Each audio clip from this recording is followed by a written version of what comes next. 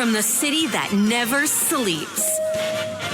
17 miles from Madison Square Garden, New York City. It's America at Night with Rich Valdez, America's favorite late-night talk program, featuring interesting guests from around the world and calls from across America. And now, here is your host, Rich Valdez.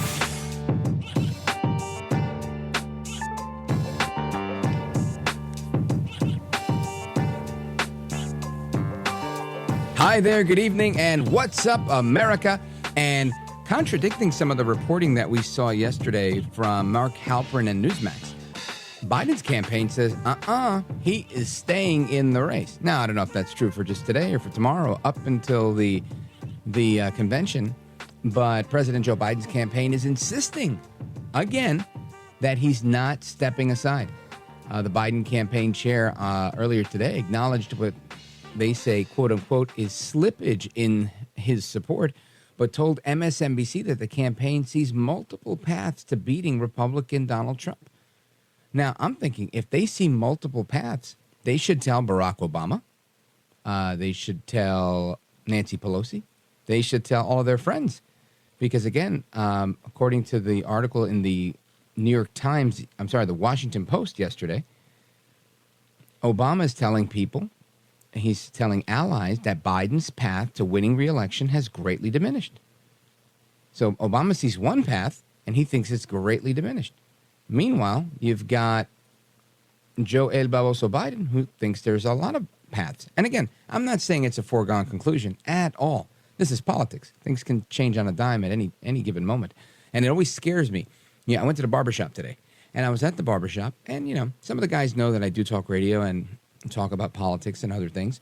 And, they want to pick my brain sometimes. But usually we just talk about regular stuff you talk about in the barbershop. But today that was one of the topics. And they were like, bro, why even have an election? Trump won it. He just won that whole thing. And I was like, I don't know.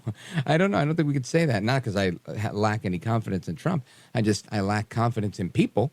I lack confidence in the political process at times. And I truly think that you've got to always play like you're behind until Election Day, right? That's the only poll that really counts. Anyway, so back to this piece that I was sharing with you. Being that this is a critical weekend for Biden, he's in isolation as he's fighting COVID-19. He's in Delaware. He's got to figure out what he's going to do, right? With a lot of Democrats at the highest levels asking him to step aside. You had Senator Coons yesterday. You've had Adam Schiff for brains. There was another one today. I forget who it was, but yet another Democrat that says, hey, look, it's time to move on. So if you have all of these people coming out of the woodwork and then the Biden campaign saying, no, that's not it. And you got the DNC, the Democrat National Committee, they're pressing ahead with planning a virtual roll call to nominate President Biden ahead of the party convention in August. So what is going on? Will Joe El Baboso Biden go head-to-head with El Trompito Donaldus Magnus? I hope so. Because the alternative, as I've been saying here, if I were Barack Obama, if I were a Democrat, I think my best bet would be to put in Que Mala Eres. Now, why would I put in Vice President Que Mala Eres? Well, very simple. Vice President Kamala Harris is a woman of color, and she is a woman. And again, I've said it before, I'll just share it quickly. Imagine if Joe Biden could step to the podium and, be like, is this thing on? I got hairy legs, but I want to introduce you to Vice President Trump. She's terrific. She was a prosecutor. She knows a lot of things. She knows about yellow school buses. She knows I've got hairy legs. And she's going to make a great president. You know why? Because I'm stepping down, folks. Right? No, really, that's serious. Yeah, come on, man. You know the thing. Yeah. Just whatever Joe Bidenism, whatever babosada he wants to share with us. But imagine Joe El Baboso Biden stepping aside from the presidency, coronating Kamala Harris, and allowing her to spend the next 4 months, right? It's 4 months that we have, being the first African-American president, Jamaican-American, Indian-American, whatever her racial background is. The first woman president. Imagine that. I really think, look, there's a lot of women in this country. That's Trump's biggest vulnerability, right? They say suburban women. So why wouldn't you do that? Well, I can tell you why. I know exactly why. Because Biden doesn't care who wins if it isn't him. Right? This is all about him. Now, if he really cared about his legacy, I think he would do that. He would say, you know, I always planned on being a transitional president, and now I'm going to transition to not being president. And, you know, something along those lines. And say, you know, Vice President Trump is perfectly suited for this. I mean, Vice President Harris. And he could really score some points for himself. I think people would look at him. He would preserve his legacy. He would protect his reputation. He would be in the good graces of so many Americans that are like, look, Joe, you know, there's me that doesn't like the guy. And again, not on a personal level. You know, I don't like his policies. I don't like what he's doing to our country. But then there's people, you know, like some of the guys that call this show that really love him. And then there's everybody else in the middle that I think would all say, you know, President Biden, I really respect that you stepped aside. Thank you so much. And 10 years from now, when they talk about Biden, they'll probably have something positive to say. So I think that would be his best move. But again, I'm not urging him to do that. I think the best thing for Trump is for Biden to stay right in that race. And for him to go head to head and just look weak and feckless. And when he does that, that does nothing but help Trump. And I think we're all in agreement on that. The polls, the Democrats, Biden's friends, everybody thinks that Biden is not up to the task. So he's the best person for Trump to run against. Now, will they get their way? I don't know. I would have imagined that Barack Obama or whomever is having these strong-armed conversations with Joe El Baboso Biden. You know, if it was Obama, you know, it'd be something like, you know, brr, brr. Hey, Joe, hey, Barack here. Now, let me be clear. You need to step aside by Sunday. If not, I'm telling Kamala and Pete Buttigieg to do the 25th Amendment on you, to get you out. Joe, you got to go. You got to go. And him, come on, man, and going into a little argument there. But I think, why else? You have to force his hand. Otherwise, he's not going to get out. He's not going to willfully leave. He doesn't know what's going on. He's shaking hands with the Easter Bunny. He's calling Kamala Harris Vice President Trump. So you put all that together, and I think they need to use the leverage that they have to try to pull this off. Now, the other side of the coin, if you use my scenario, is this. President Harris has 4 months to grandstand and be, you know, the coronated president, et cetera, but that may not be enough. The reality is she's also a disaster. I mean, a lucid one, but a disaster nonetheless, with a lot less experience than Joe. And she could potentially, you know, they don't know, they haven't really insulated her from the previous issues that she's had. Right? The whole Willie Brown thing, that's going to come back up. There's a lot of things where I think she has some vulnerabilities that may not work. Trump, who wins? You tell me. Anybody, just be honest here. Who wins on the border conversation? Trump, who was in the White House for 4 years and had that border pretty locked tight after it was going crazy, or Que mala eres, who said, don't come. Don't come. And we've seen the biggest spike we've ever seen in American history. 10, 20 million people have come through that border. Who wins, right? Trump wins, hands down. And last I checked, that's still the biggest issue there is. So these are the questions that they have to ask themselves. And the biggest question, if you're a Democrat, is, can we really run a new candidate in 4 months and win? I don't think so. So then it becomes, what can we do to Trump? How do we soften this guy up? Where's the new Billy Bush tape? Where's the new Stormy Daniels? Where's the new E. Jean Carroll? Where's the new Russia collusion? Where's the new, you name it, scandal that they have? You know, God forbid they try and hurt him again.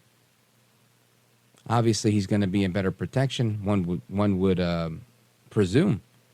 But man, the Democrats are running out of options the way they play their game because they don't have a record to stand on. They can't say, well, you know, because Biden's really done a great job on inflation. oh boy, look at those gas prices. And that's something he could play with. He could play with his gallons of gas again and, let out our strategic petroleum reserve to bring down the cost of that closer to Election Day. That would help. He can use his strong arm tactics on the food manufacturers and large grocery retailers and tell them, look, you've got to hire more people, pay them a higher minimum wage. And, I mean, he has this leverage. He has this pressure that he can use, not as president, but as president, right? As the leader of the free world. Not through any official act, but just by picking up the phone and say, hey, come on, man. You know the thing. And those things can sway things a little bit, but is it enough to counter what's going on? So what's their latest desperation? Of course, the latest desperation they have, Trump staged this thing. This thing is fake, phony, and fraud. It was glass that hit his ear. He didn't get shot in the ear. I mean, the level of desperation is really something I haven't seen in ever. I've never seen Democrats get this. Usually they're very snide. They don't like to get their hands dirty, and they're just like, watch what I've got up my sleeve. But this is it.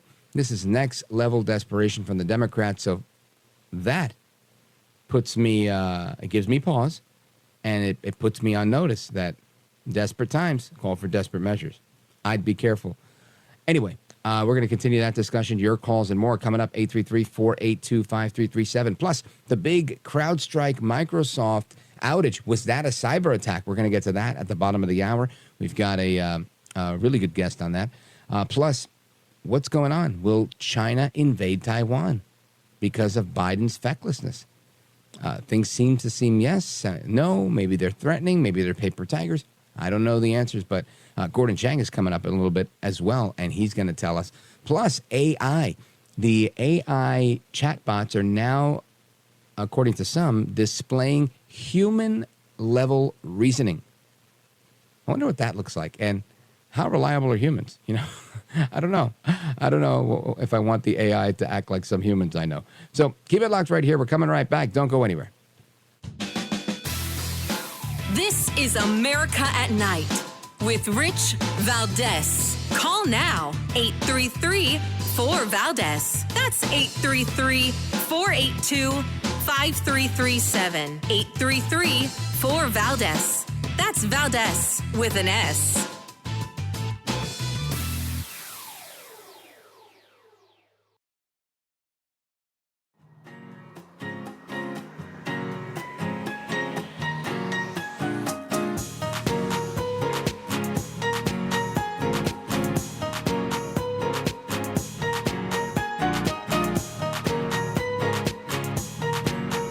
Congratulations on just an amazing show.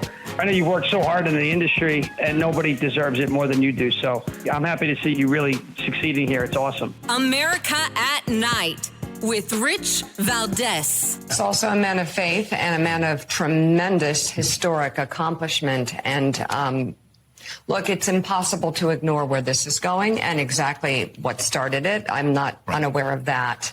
At the same time, I still believe that you don't know what you have until it's gone, and that there will be that feeling at some point. You think there'll be if he leaves the race, you think Democrats will regret it? I do. Yeah, I do, because among many reasons, which I've already stated and I won't state again. Don't worry, but none of these notions are backed by a strong alternative, an alternative that has beat Trump before, an alternative that is vetted, an alternative that is tested.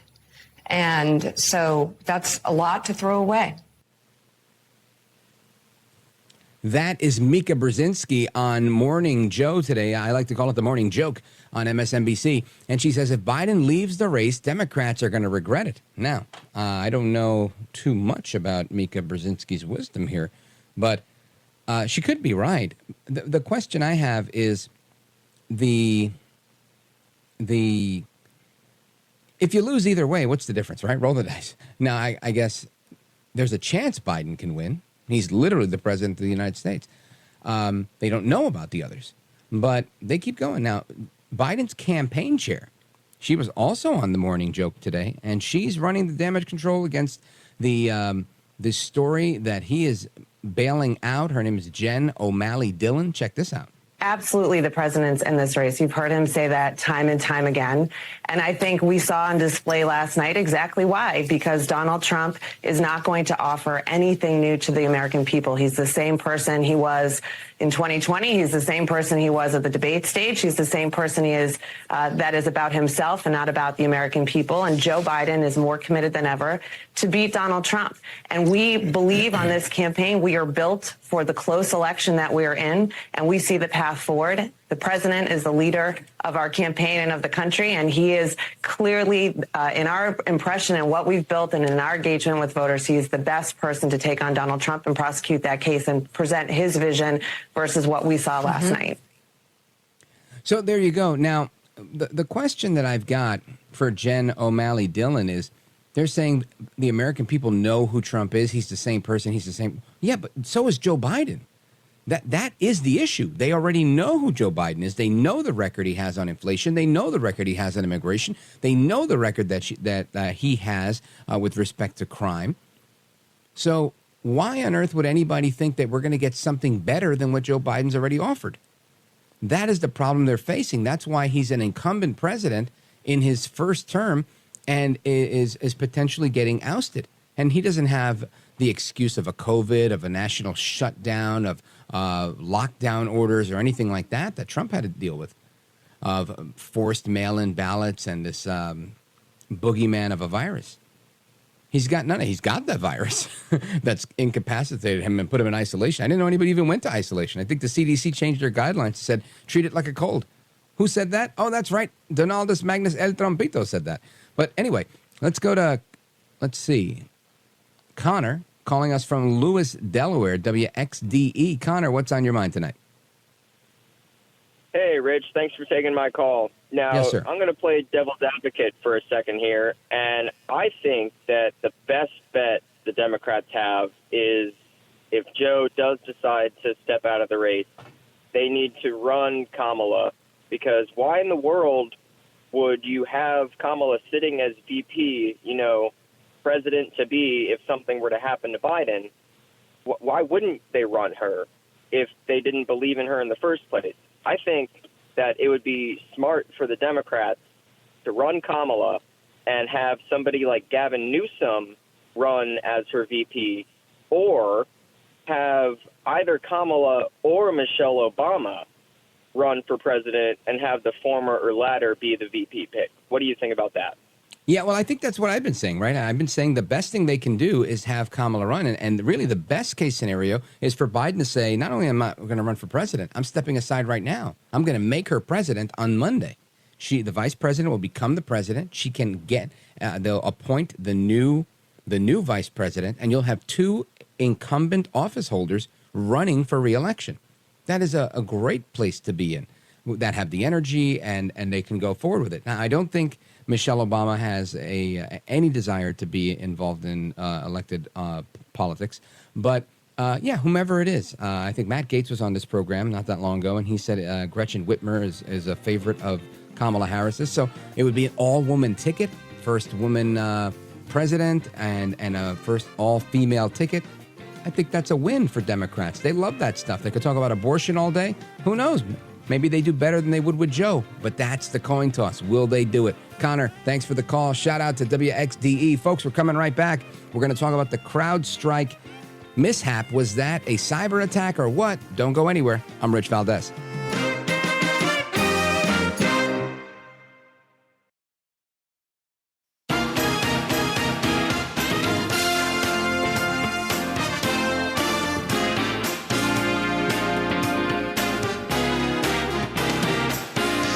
Rich Valdez, who, again, will do a fine job, and I know you'll enjoy listening to him. This is America at Night with Rich Valdez. Tech outages causing major airlines to issue worldwide ground stops. Some hospitals and banks around the world also reporting disruptions. I want to stress that the best indications that I have received are that safety critical systems were not impacted. For example, our air traffic control system was not impacted, but still, these are the kinds of disruptions that nobody wants to experience. Cybersecurity software company Crowdstrike sent out a routine maintenance software update that went horribly wrong in multiple areas around the world almost simultaneously. It resulted in crashes of machines running the Microsoft Windows operating system. A rollback is underway, but it takes time. We're deeply sorry for the impact that we've caused to customers, to travelers, to anyone affected by this. 7 airports closed, including LaGuardia and Boston. Several airlines could not check in customers because their systems were down. The outage even causing some billboards in Times Square to go dark. Hospitals like Mass General Brigham canceled non-urgent surgeries, and emergency calls were not going through to dozens of call centers across the U.S. While some ground stoppages have been lifted, the FAA is urging travelers to confirm their flight before they head to the airport. That's the big story with this Crowdstrike issue, which is being called by CNBC the largest IT outage in history. All these businesses all across the world were dealing with this major IT outage today. Financial services, doctors' offices.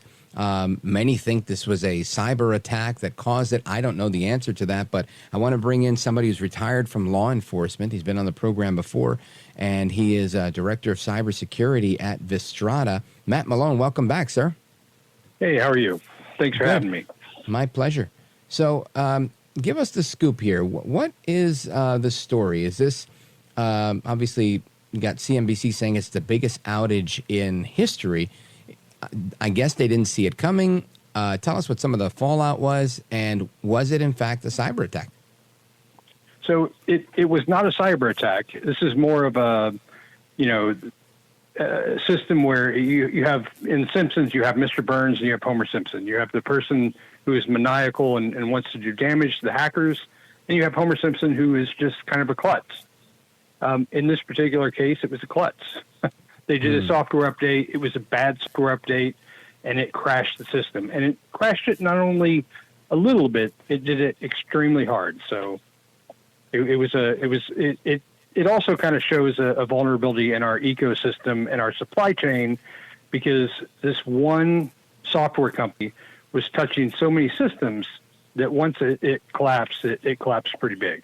Yeah, and these are major issues. Like, for example, just as an aside, scheduled to be with us on our program tonight was former White House trade advisor Peter Navarro. He got out of jail the day before yesterday and was scheduled to be with us today after speaking at the RNC yesterday. And he's stuck on a plane right now because the plane had issues because of this cyber issue. Well, and what CrowdStrike does is they protect, vulnerable systems, and they're actually a gold standard in protecting them. But, security is a double-edged sword. So in one side, they're protecting, but again, with this bad software update, it became the nightmare, right? So it's the same thing as a ransomware without the ransomware. So it's the same type of system where when they bricked those computers, it was a very manual process to actually go in and restore them. So that's why it took so long, and there's still after effects and aftershocks that are happening. And what do you think, and I get the aftershocks and all that, and that I'm pretty sure is going to be not equally as severe, but still somewhat severe. But what is the overall impact of something like this? Because it seems like a lot of people were out. A lot of people didn't get to their destinations. You had airlines that were out, doctors' offices that were offline. Is there a monetary figure that we know about, or some other metric that we can use to assign the impact? That is going to be a very tough number to come up with. But I think that everybody is going to be looking at that. So, when you do a business impact analysis, figure out, what is this going to affect your business? What is the monetary value it's going to be? All of these companies are going to have to go back to their drawing boards and say, we thought we had a business impact done. We thought we put in a security system to protect us from going down, and then that same system went down. So, everybody's going to be going back to that drawing board and figuring out what they're going to do in the future, because I think our whole nation is kind of reeling from this, because this is a pretty bad error. Seems that way. Folks, we are on with Matt Malone, Director of Cybersecurity at Vistrada. And I'm thinking, I remember CrowdStrike was also they've been involved in a number of high-profile incidents. Does this type of thing cause the type, as has Microsoft, like that SolarWinds hack and all of that? Does this ultimately leave a black eye on them, or is this kind of like folks in your business? Do you just go, oh yeah, no, that's going to kind of par for the course, comes with the territory, occupational hazard? This is going to be a pretty black eye, because where they went wrong was it was not in the software itself. It was in the way that they distributed a patch. So they didn't do the right testing. So, you think about space travel, right? You have to do safety checks. You have to do, one thing after another to make sure that rocket is ready to go. They didn't do those checks, and that check cost them at the end, Yeah, I get it. They're definitely going to be having whoever the person who put that patch out is probably fired at this point.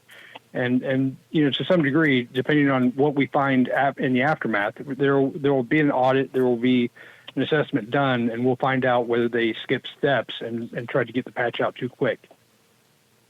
Yeah, I mean, I don't know anything about applying patches in software, but I do know that these things are they cause major issues.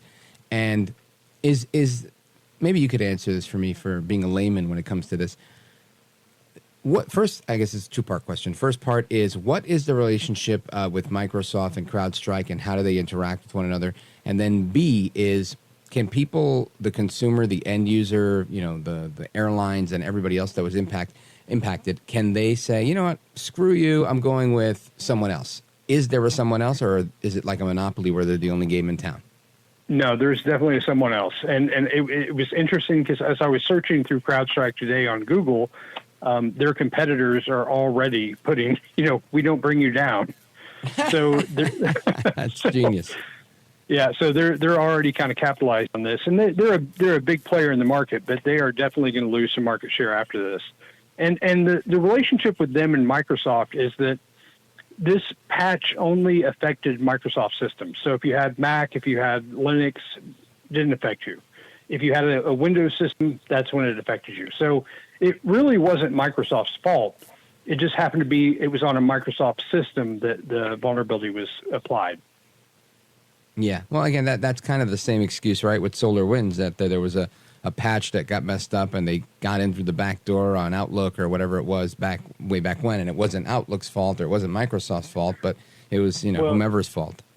Yeah, and SolarWinds was a software developer, right? So they're writing code, they're writing software, they're supposed to be in the software development lifecycle. There's supposed to be testing involved. There's supposed to be, a production, a test. You run it through all of these safety measures to make sure that by the time it gets to production, you're good to go. In SolarWinds, they kept a password in from the testing phase all the way to production, and the password was like SolarWinds 123, and that's where that vulnerability came in. So, that's the problem. Is developers they're tasked with a very hard job. An attacker comes up with a new way to get in, you got to put a patch out to stop that attacker. So the sooner you do that, the sooner you stop the attacker. But at the same time, you have to go through safety checks to make sure that you don't do the same damage that the hacker would do. And that, again, it's a very delicate balance between what you have to do to get it to protect the system, to stopping the hacker. It's a very delicate balance in that ecosystem. Wow. Well, Matt Malone is the director of cybersecurity at Vistrada, which is a cybersecurity company. He's retired from law enforcement, and this is a big deal. I mean, I'm looking at footage of airports. The screens were blue. The internet was down in a lot of different places. This was a huge deal when you think of, even in our industry, in radio, there used to be like other ways to communicate other than using internet for everything. But today, that's kind of how everything works on the internet, whether you're on a Zoom call, whether it's the Comrex device we use, whatever it is, everything is kind of internet. And it's a scary idea to think that the internet could go away. That's crazy. Matt Malone. Yeah. And one little mistake can cause a ripple effect that should go down the supply chain, and it can be a very damaging thing, just a small, minor bug update. Well, thank you for the analysis. I appreciate it because this is one of those things where I think many of us think the worst, especially after, this assassination attempt on President Trump. You tend to think, oh, my gosh, this isn't working. It's the Chinese. It's the Iranians. It's the Russians. It's somebody, other than some software guy that installed a patch the wrong way and messed up the whole globe. Homer Simpson dropped the ball. Homer Simpson dropped the ball. Matt Malone, everybody, thank you for being here, brother. Let everybody know how they could find you. Vistrada.com. Vistrada.com. All right, you got it. Thanks for being with us, brother. I appreciate it. And, folks, we're coming back with your phone calls and more on the news of the day. Don't go anywhere. This is America at Night with Rich Valdez. Call now, 833-4VALDEZ. That's 833-482-5337. 833-4VALDEZ. That's Valdez with an S.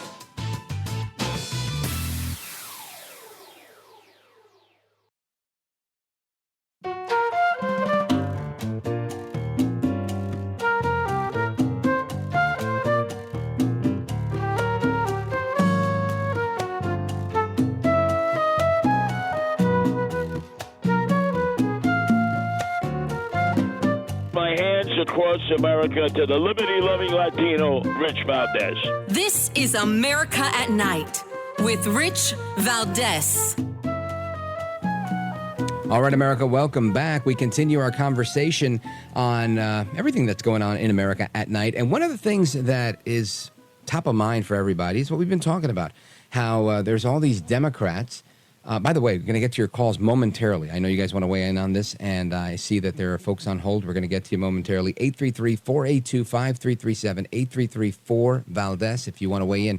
But there's a list that was put together by The Hill, thehill.com, of Democrats that have called for Biden to step down or to withdraw or be replaced, I should say. And let me see if I can get to this list. Oh, here we go. Congressman Lloyd Doggett. Congressman Raul Grijalva. Former Congressman Tim Ryan. Former HUD Secretary Julian Castro. Adam Frisch, a Democrat running for Colorado's 3rd Congressional District. He's not even in office, and he's trashing Biden. Michael B. Moore, the Democrat nominee running against Nancy Mace in South Carolina. James Carville, longtime Democrat strategist, advisor to President Clinton. He's the one, the Ragin' Cajun, as they called him. He's the one that coined the term, "It's the economy, stupid." James Carville's freaking out. I think we had some audio of him the other day freaking out. Maybe we'll play that in a moment. Congressman Seth Moulton, Massachusetts. Congressman Mike Quigley, Illinois. Congresswoman Angie Craig, Minnesota. Congressman Adam Smith, Washington. Congresswoman Mickey Sherrill. Mickey? I think it's a woman. Pretty sure it is. That's here in Jersey, South Jersey. Pat Ryan from New York, Congressman from New York. And, of course, Hollywood great George Clooney. You also got Oregon Congressman Earl Blumenauer, Senator Pete Welch from Vermont, Congresswoman Hillary Scholten from Michigan, Congressman Brad Schneider, Illinois, Congressman Case from Hawaii, Congressman Stanton from Arizona, Congressman Jim Hines from Connecticut, Congressman Peters from California, Congressman Sorensen from Illinois, Congresswoman Brittany Peterson from Colorado, Congressman Adam Schiff, California, is running for senator, Senator John Tester from Montana. That's a pretty long list. Congressman Jim Costa, California, Congressman Jared Huffman from California, Congressman Vesey from Texas. Geez, I'm not going to read them all because it's just too many. But there's like another 8. Long list. And it seems to be getting longer. I'm waiting for Barack Obama and Schumer and Pelosi to sign on board. so that you can have a real mutiny in the Republican Party.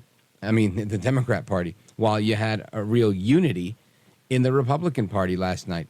And there was a lot of critique about Trump's speech being too long and this and that and whatever. But ultimately, it was a love fest in Milwaukee, not like what you're seeing in Washington with the Democrats. Anyway, I want you to listen to a very quick clip that we have of AOC when we come back, and I'm going to get to your calls as well. Don't go anywhere. This is America at Night with Rich Valdez.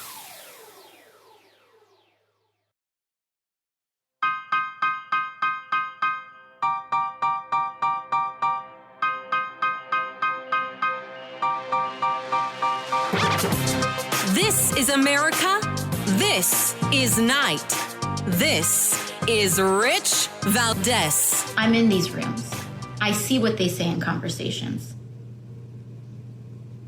A lot of them are not just interested in removing the president. They are interested in removing the whole ticket. Am I here to guarantee that that is what is going to happen or that is what will happen? I can't tell you that because as we all know, politics is insane. Anyone who tells you 100% what's going to happen is lying to you or engaged in an enormous amount of hubris. I'm not here to tell you that if Joe Biden is the nominee, he's definitely going to win. But because I don't think if anybody is the nominee, we're definitely going to win. Okay? And I understand where we want to talk about hedging bets. But I do want you to know what gets uncorked. Because if you think that's going to be an easy transition, I'm here to tell you that a huge amount of the donor class and a huge amount of these elites and a huge amount of these folks in these rooms that I see that are pushing for President Biden to not be the nominee also are not interested in seeing the vice president being the nominee. Will they win out on that? I don't know. That's AOC giving the scoop. She was on Instagram yesterday. You know, when she's taking to Instagram, she's trying to insulate herself, right? She's trying to say, look, I don't know what's going on. I'm not saying this. Why? Because all of that can happen. It's all on the table. Thank you for the heads up, AOC. And by the way, when she says that the donor class is in the room, you know who Kamala Harris is speaking with? The donor class. So there's a lot of conversations happening, and who knows what will happen between Sunday and Monday. But I want to go to the phones very quickly. Speed around here. Let's go to Jeff, Lansing, Michigan, WILS. Great station. Jeff, go right ahead. Mr. Valdez, I haven't spoken to you in a while, and that's Valdez with an S, if I'm not mistaken. Yeah. Well, I'm thinking with everything that's going on, and you just gave the list of those Democrats that are calling for Biden's, to step out. Mm-hmm. Well, and then all of a sudden, conveniently, he comes out with COVID-19 or 16 or 72 or 14 right. whatever number. Great timing. There. And it's excellent timing, and I'm calling BS.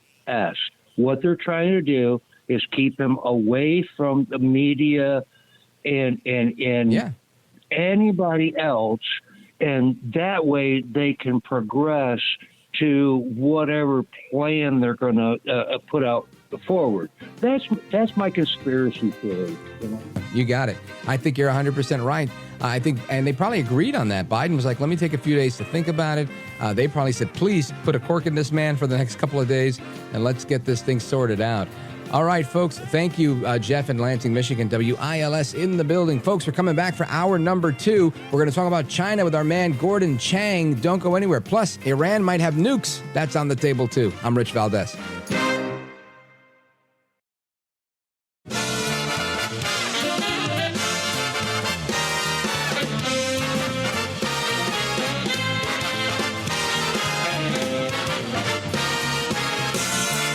Live from the city that never sleeps. 17 miles from Madison Square Garden, New York City. It's America at Night with Rich Valdez, America's favorite late night talk program, featuring interesting guests from around the world and calls from across America. And now, here is your host, Rich Valdez.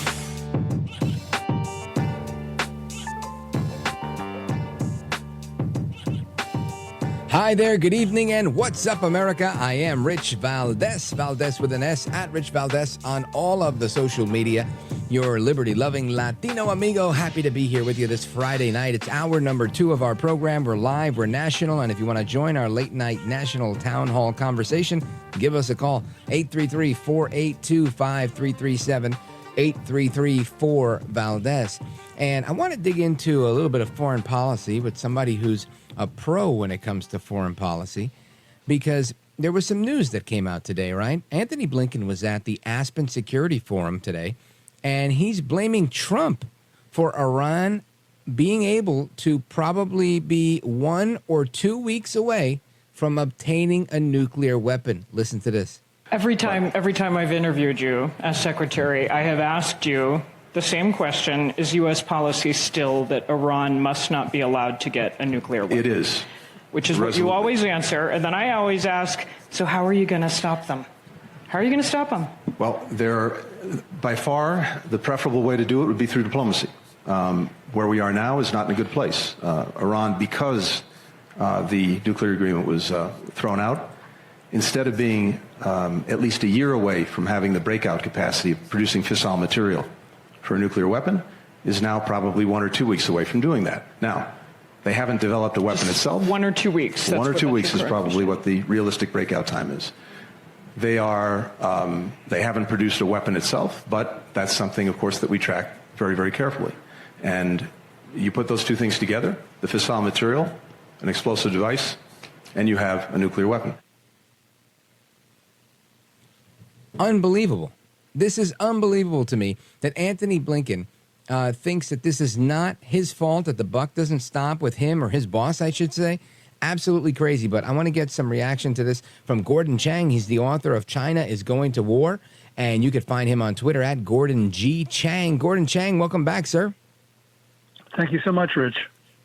So you hear Secretary Blinken saying what he's saying, that Iran is 2 weeks away, 1 to 2 weeks away from having a nuclear weapon. What's your reaction to that? Well, Secretary Blinken shouldn't blame President Trump. I mean, there was a 2015 agreement that was put together during the Obama administration with Iran, the Joint Comprehensive Plan of Action, JCPOA. The problem here is that Iran was violating this agreement from the very start, and the Obama administration wouldn't hold Iran accountable, wouldn't call them out. President Trump actually did that because he refused to certify Iran's compliance with the agreement. And it certainly was true. Iran was not complying because it had failed to allow inspections as that agreement required. So President Trump did the right thing, which was to cancel the agreement. And the problem here is that now Secretary Blinken is blaming the person who was clearly not responsible for a bad agreement, and certainly was the one who was willing to hold the Iranians accountable. Unfortunately, President Biden, like President Obama, refuses to hold Iran accountable. He just gives them a lot of money. Yeah, it's crazy to see how they've supplied money, they've allowed Iran to make money, to earn more money. They've stopped whatever major sanctions and other mechanisms that they had in place to slow down their ability to get to this weapon. And both Obama and the Biden administration kind of put that on steroids, fast-tracked it, and now they're surprised that they're in the situation they're in. How do they justify that? Because to me, if I were the reporter in that scenario, Mary Louise Kelly, Gordon, I would say, do we look stupid to you? Because clearly you're helping them. Well, and the way they justify it is that, as I mentioned, they blame President Trump for canceling the agreement. But we have to remember that President Trump canceled the agreement because the Iranians were violating it. And so there really was no alternative at that point. At this point, if Secretary Blinken is as good as his word that it's not acceptable for Iran to have an agreement, diplomacy has completely failed. He has only one option, and that is to use military force. I don't think the Biden administration is prepared to do that, which means that the words that we hear from Secretary Blinken on Iran, like the words we hear from Secretary Blinken on other matters, are just hollow and meaningless. Unbelievable. Folks, we're on with Gordon Chang. He's the author of China is Going to War and the Great U.S.-China Tech War, as well as the coming collapse of China. You can find him on Twitter at Gordon G. Chang. And Gordon Chang, what do you think the potential outcome is for this? I mean, we've long feared if Iran gets a nuclear weapon. We've seen what they do without a nuclear weapon, right? They fund the Houthis and they fund the Hamas and so many other proxy groups that they have, and that's without a nuclear weapon. What do you think the fallout can be like if they do have one? Well, we have to take them at their word. I mean, they have said that they want to destroy Israel as a state, and they want to destroy the United States. You know, a lot of people will say, well, that's just bluffing, but I think it's wrong to say that they don't mean it, which means that we have to, one way or another, make sure that they don't keep their nuclear program. They've attacked Israel. They did that on October 7th through their three main proxy groups, Hamas, Hezbollah, and the Houthi militia. There's a war going on. We have every right to take out that nuclear sites that they have.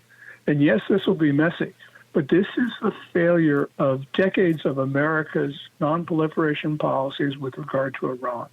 We also failed with regard to North Korea. America's policy of preventing dangerous states from getting nuclear weapons has been a complete failure. It's been one administration after the other, and they are all to blame. Unbelievable. Folks, I want you to sit tight. We're coming right back with Gordon Chang. We're going to talk a little bit about what's going on with China, what's going on in Asia overall, and in particular with Taiwan. Don't go anywhere. This is America at Night with Rich Valdez.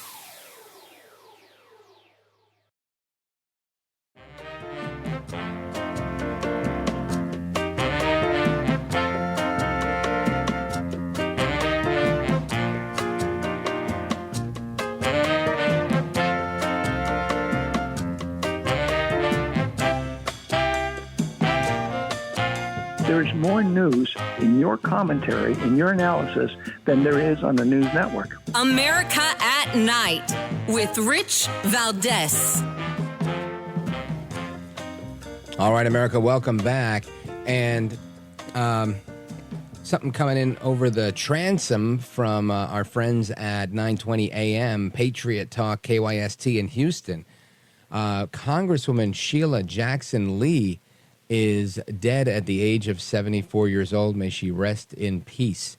I want to come back to our conversation with our guest, Gordon Chang, at Gordon G. Chang on Twitter. And I also want you, Gordon, to listen to State Department spokesman Matt Miller earlier this week discussing arms control. China has chosen to follow Russia's lead in asserting that engagement on arms control can't proceed when there are other challenges in the bilateral relationship. We think this approach undermines strategic stability. It increases the risk of arms race dynamics. We have made efforts to bolster the defense of our allies and partners in the Indo-Pacific, and we will continue to make those efforts in the face of Chinese threats to their security. That's Matt Miller, State Department spokesperson on China. Gordon Chang, what do you think? Is this guy on the level or what? Well, I think that he's certainly misguided. Yeah, China has broken off any arms control discussions with the United States because of our providing arms to Taiwan. Now, I think that the Chinese did us a favor because the last thing that we should be doing is talking to Beijing about nuclear weapons. And the problem is that we should not come to another meaningless, unenforceable arms agreement with China. We've got too many of those already. So, for instance, we have the Biological Weapons Convention, which has no inspections regime.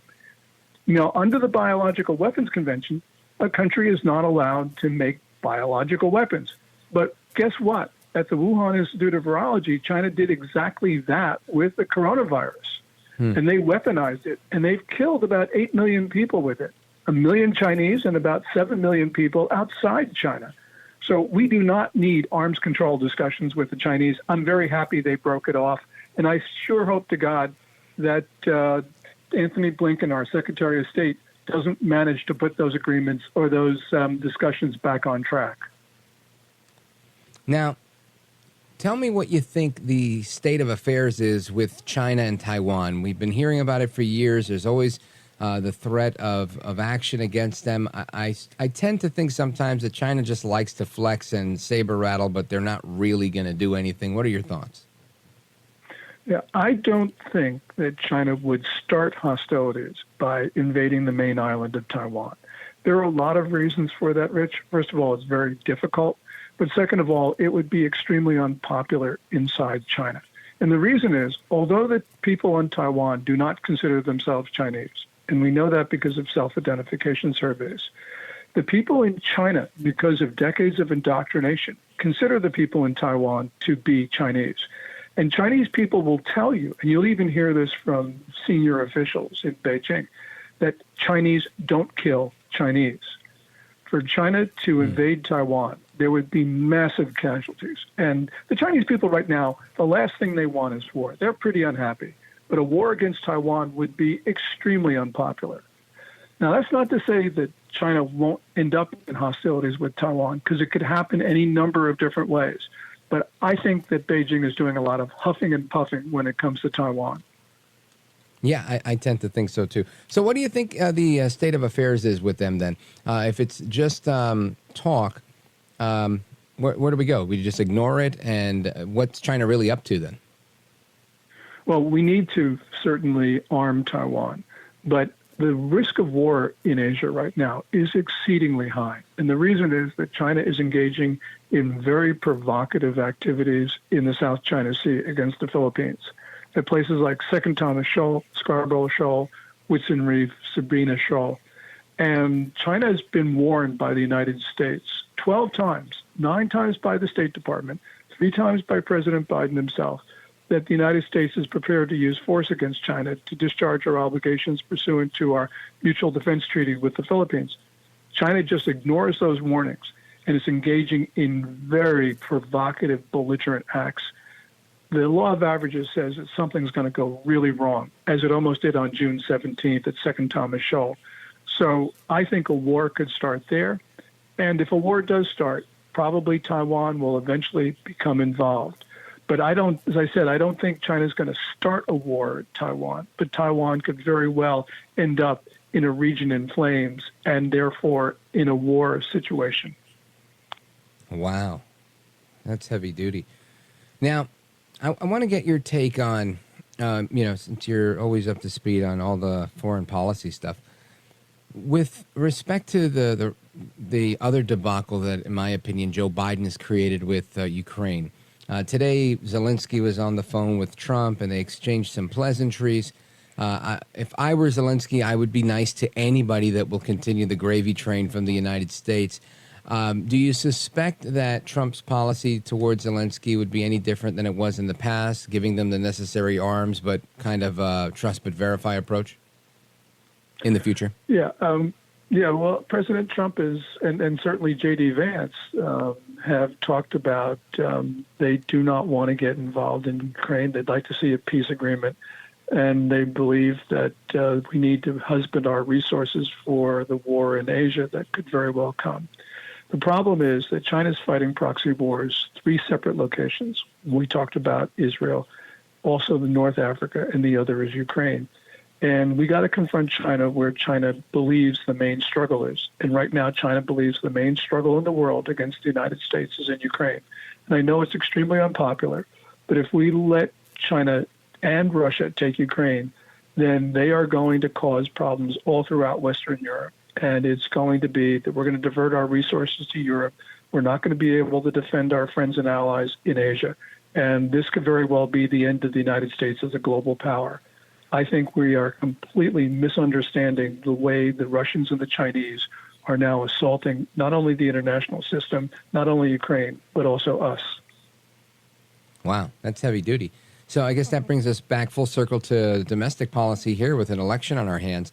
We're on the heels of, or I should say the wake of the RNC convention, President Trump graciously accepting his nomination and sharing the harrowing story of how he was,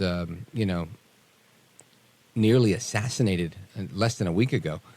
And it seems like there's a civil war going on in the Democrat Party. Republicans seem more united than ever because of the RNC.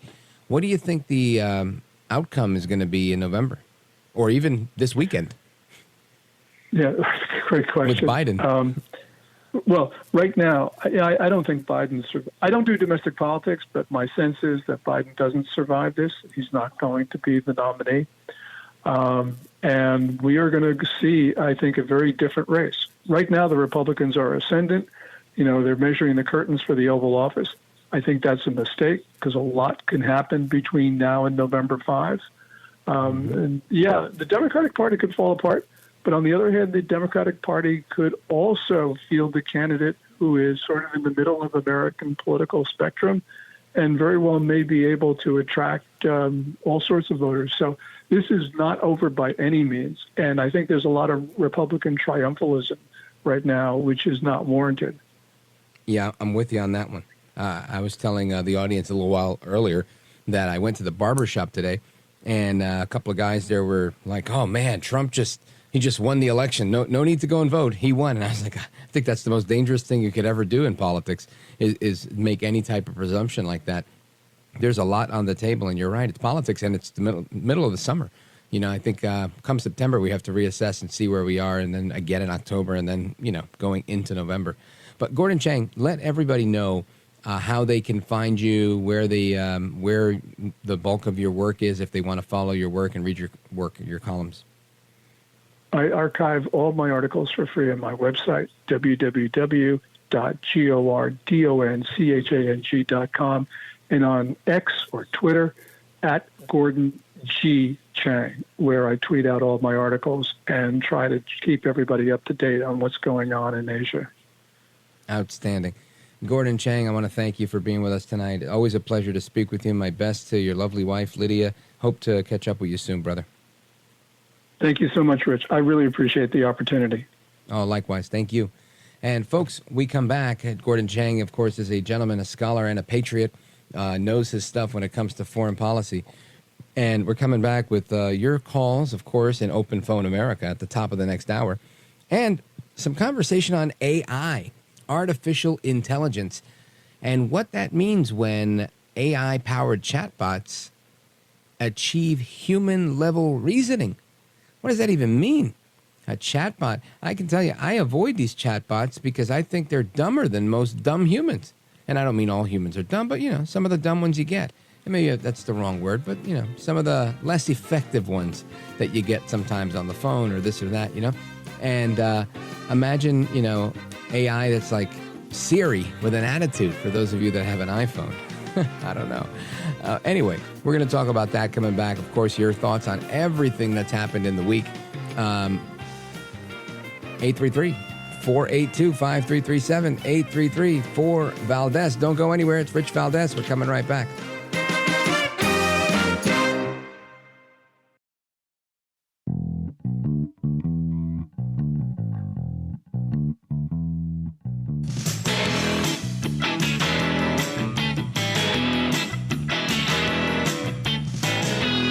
The best guests, the best opinions.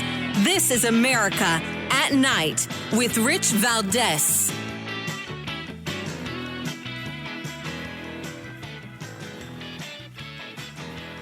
We know the majority of people who need care are not getting it. There's never been a greater need, and the tools available have never been as sophisticated as they are now. And it's not about how can we get people in the clinic. It's how can we actually get some of these tools out of the clinic and into the hands of people. Allison Darcy, a research psychologist and entrepreneur, decided to use her background in coding and therapy to build something she believes can help people in need, a mental health chatbot she named Wobot. Like Woe Is Me. Woe Is Me. Wobot is an app on your phone, kind of a pocket therapist that uses the text function to help manage problems like depression, anxiety, addiction, and loneliness, and do it on the run.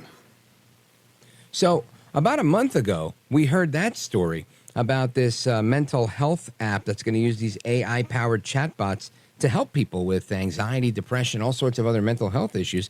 And I thought, well, that sounds nice. I think it's crazy. It's an app. It's not a person. How could me as a person, I have to be trained. I have to go to school. I've got to get licensed. I got all these things. And somehow this woman who is trained makes this bot, and all of a sudden, voila, this is woe is me, right? So fast forward to today, and Bloomberg is reporting that OpenAI has come up with a set of 5 levels to track its progress towards building artificial intelligence software that's capable of outperforming humans. Now, OpenAI, their latest effort is to help people better understand their thinking and what the future and safety of AI looks like. The ChatGPT maker, which is OpenAI, they're seen by many as the leader in this race to build a more powerful AI system. And it goes on in Bloomberg about this. But what I find interesting is, can we really, A, how do you measure it? And B, how do you actually do it? How do you make artificial intelligence that is kind of human level on the reasoning scale or the problem solving scale? I don't know. I don't know how to answer that. I don't even know if that problem fits in my head. But Matt Rosen is the founder and CEO of Allata, and he's here to answer some of those questions. Matt Rosen. Hey, good evening, Rich. Thank you for having me on the show this evening. Welcome. Thank you, Matt. Now, I want to get your take on this because, I mean, you're the founder and CEO of a company that deals with this stuff. I'm just a critic on the sidelines. But when I hear that, A, that they were using it in a mental health app, or B, that OpenAI is now saying we're at, level 2 of 5, where we think we're going to outperform humans and be human level in our reasoning and problem solving ability, maybe on mathematics and things like that. Those are very, I'm going to say finite or concrete things. But there's other things that are, not, that I think require emotion and whatnot. But what's your take on this? Yeah, so the field of AI is, it's moving very quickly. But a lot of the models and the theories and things that are coming into practice, these have been around since the 1950s and further refined in the 80s and 90s. The challenge has been we've never had the computing power like we do today that Amazon and Microsoft has given us. And so that's allowed us to really take a lot of these theories and bring them into action. And so the world kind of awoke to what these models were capable of in November of 2022 when OpenAI, launched ChatGPT out there to the public. And it was fascinating. It reached 100 million users very, very quickly, and people started to see the power of what these models could do. But at the end of the day, these large language models, they're predictors. You feed them lots of information, and they predict what word's going to come next. And so where AI has been pretty useful to date has been in automating routine tasks. It's been analyzing vast amounts of information and creating, some insights. And it's also good at creating starting points for stories, for images, for videos. That's where we're at today. And a lot of people are playing with them. A lot of consumers are using them at work. In fact, there's many corporations that really haven't incorporated them into their workflows because they're scared of what it'll do with their data. But you got people at work left and right using it to do everything from write emails to generate code. So AI is here to stay. What you asked about OpenAI, their next generation, is really based on a model called Q-learning, where the AI kind of teaches itself and reinforces itself. This is functionality that got leaked. It's supposed to come out later this year. I think it's going to have a long way to go before AI can really think and reason and have emotion and understand how to interact with the physical world. And I think a lot of it is hyped up by the media and advertising that is much further ahead than it really is. Okay, that's good. I appreciate hearing that, because I would hate to think that the folks in your world, in the world of IT, and understand and use AI more often than I do, would be of the mind that this is great. We're replacing everybody. And I know in my industry, not talk radio so much, but music radio has been using it for a couple of years, where they have these AI generated voices, and they say, coming up next, it's, blah, blah, blah by the Stone Temple Pilots, name of a song. They give the traffic and weather, very quick updates, and then they go into the song, and you can run a whole music or radio station based off of automation and AI.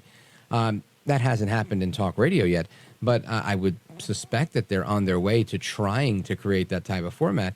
And it just makes me think, what does the world look like if we replace so much of human labor with AI? So, my theory is that AI is not going to replace people's jobs. AI is not coming for your job, but someone using AI is coming for your job.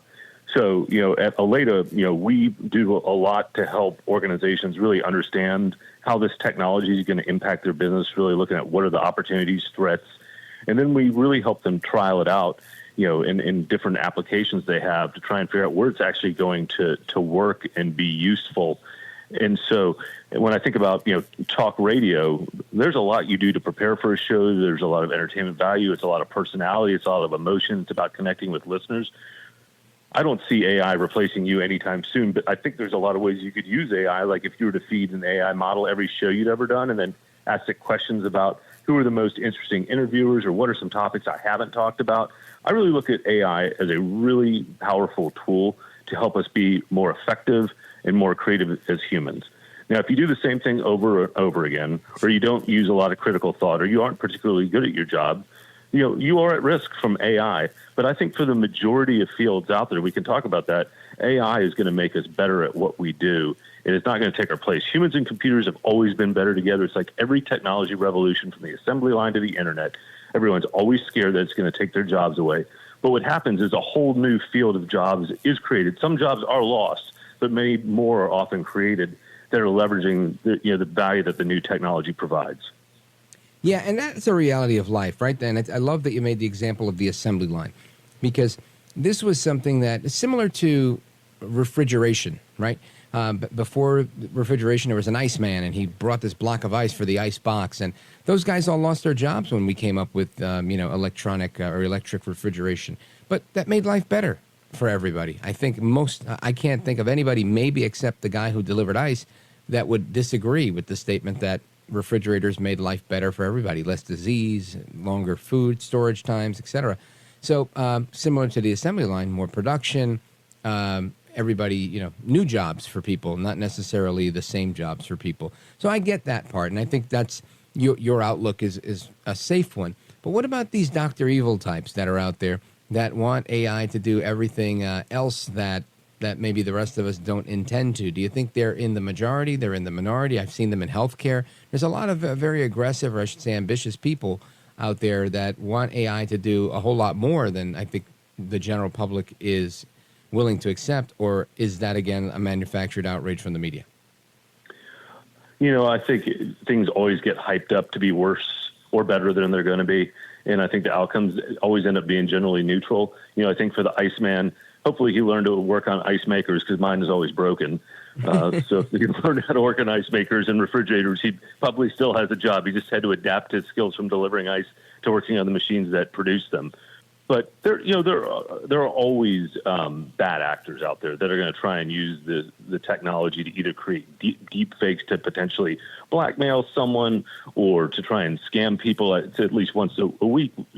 Every CEO I know gets a call from an employee saying, "Hey, did you just ask me to buy a bunch of gift certificates at Walmart and send them to you?" It's like, no, that was probably an AI trying to hack you. And so I think from hacking schemes to cybercrime, I think there are some bad actors out there, and that's one of the reasons we really have to invest in AI, because AI can help protect us from AI.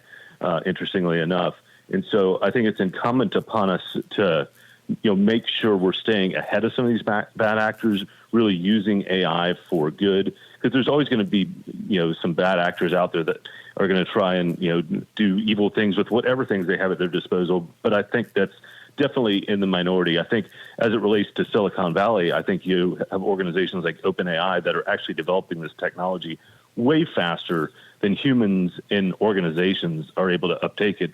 It's almost like as soon as we build something, there's a new model coming out that we have to learn how to work with. So I almost think the technology is moving faster than humanity's ability to adapt to it. Yeah, I agree with that 100%. Even with the features on my phone and the social media in my phone, it seems harder and harder to use every day. I want to make sure you have an opportunity to let everybody know how they could find you and keep up to speed with the work that you do, so let them know. Yeah, I appreciate that. So my company, Allata, spelled Allata. You can go to my website at allata.com. We've got a whole page out there about artificial intelligence, what we do with it, some of the case studies. We've been able to, help a number of our clients really understand how to leverage the technology. It's allowed us to be more productive in what we do and helping our clients. You can also go to my LinkedIn. It's at Matt Rosen. You can find me there. So if you were listening to the show tonight, would like to take the discussion further, I'd love to hear from you. Outstanding. Folks, check him out. Matt Rosen, founder and CEO of Allata. And Matt, I want to thank you for being with us tonight. A busy day with the big hacking thing that went on to everything else that's going on. So I appreciate you making the time. Not hacking, I should say, the big IT outage. The big outage with CrowdStrike and Microsoft. That was really tough on a lot of clients. Most of them are recovering. But thank you so much for having on the show this evening. My pleasure. Thanks. Hope to have you back soon. Take care. God bless. All right, folks, we're coming right back. Your calls and more coming up in Open Phone America. Don't go anywhere. This is America at Night with Rich Valdez. Call now, 833-4-VALDEZ. That's 833-482-5337. 833-4-VALDEZ. That's Valdez with an S.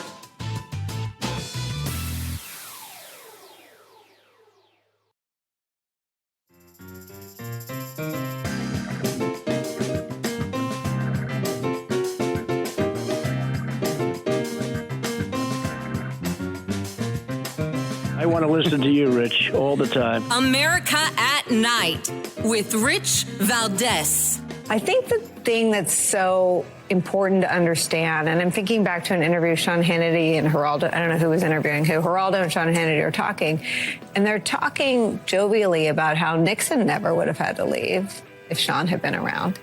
I mean, we kind of started putting the pieces together about how we got here. We talked about talk radio grafting onto the Republican Party rhetorically.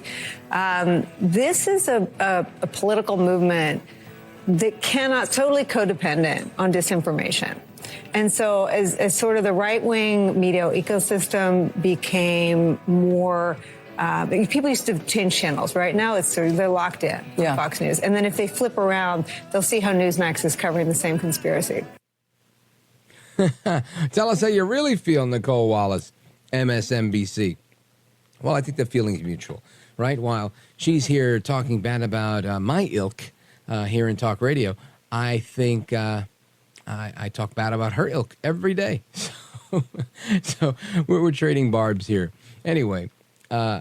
I think she's off here though. I mean, listen, what she's not saying is how folks in the media, what Rush Limbaugh dubbed the mainstream media, they've been at this for a long time, doing what they do, right? Look at Dan Rather, shaping and creating what people thought was truth when it was really his story. And I don't mean history. I mean his story, especially when it came to like George W. Bush.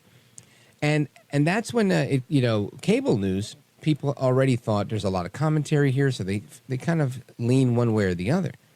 But for Nicole Wallace to just kind of single out Talk Radio or Newsmax without ever looking at herself, it reminds me of that Bible verse where, they're like, before you talk about the speck in your brother's eye, take the log out of your own eye. Let's hit the phones.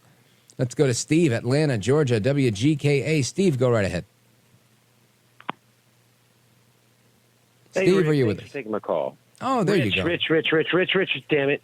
Rich. No, we got you. I have you programming my phone as Rick, and that was what was confusing about the last time I spoke. Well, shame on you. Go ahead, brother. What's on your mind tonight? And I just want you to know that you are the best possible replacement. The best possible replacement for Bohannon. Oh, well, And, thank you. That's I kind of really you. The check is in the mail. I gave you a little bit of crap one time about the fact that you wouldn't take you when you first started. the fact that you wouldn't, it seemed like you were not taking as many calls as Bohannon did, right? And that was his thing for this slot that you're in, right? But and so you gave me crap about that, and then, but anyway, from now on, I'm going to be Steve Wolf in Atlanta. That's my real name.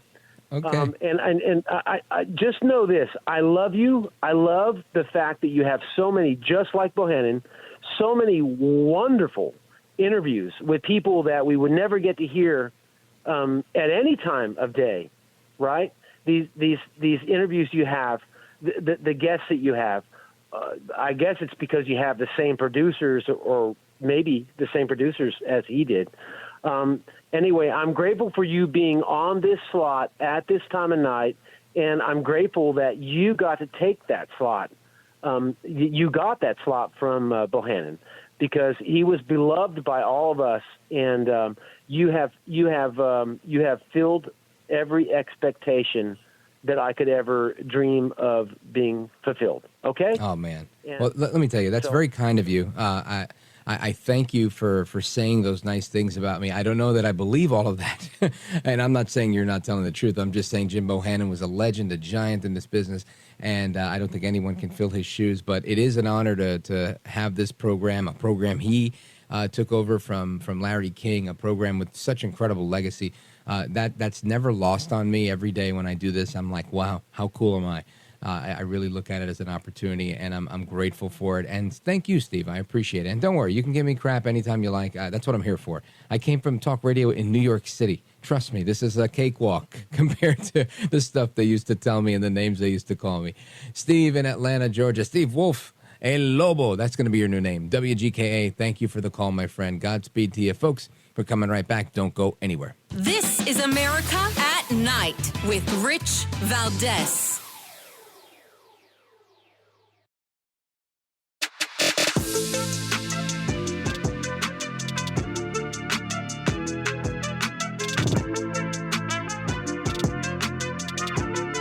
Call now, 833-4-VALDEZ. That's 833-482-5337. 833-4-VALDEZ. That's Valdez with an S. All right, America, welcome back. And I want to go to Boise, Idaho, KBOI, and check in with Paul before we pause for open phones across America. 833-482-5337. Paul, go right ahead.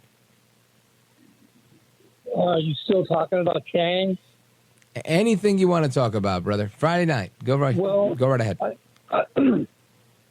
I've had a major brain gas building for about 2 weeks about something that I think that Trump could use for his safety. And it kind of was two different ideas into one. One was being, we've got the Pope Mobile. We've had that for about 40 years or longer. Oh, yeah. Since he got assassinated. And then you got Trump out in the middle of the wilderness, in the middle of a fairway, as a sitting duck, standing next to a golf cart with a bullseye on his back. And I thought, we can't have this. Right. So we should get Trump a Pope Mobile for when he's golfing. He can be safe. I love it. I think that's pretty clever, and it would make a great meme, to tell you the truth. Paul in Boise, thank you, brother. KBOI in the building. Folks, we're coming right back. We've got an hour of your calls and more coming up straight ahead. Don't go anywhere. I'm Rich Valdez. 833-482-5337. 833-4-VALDEZ.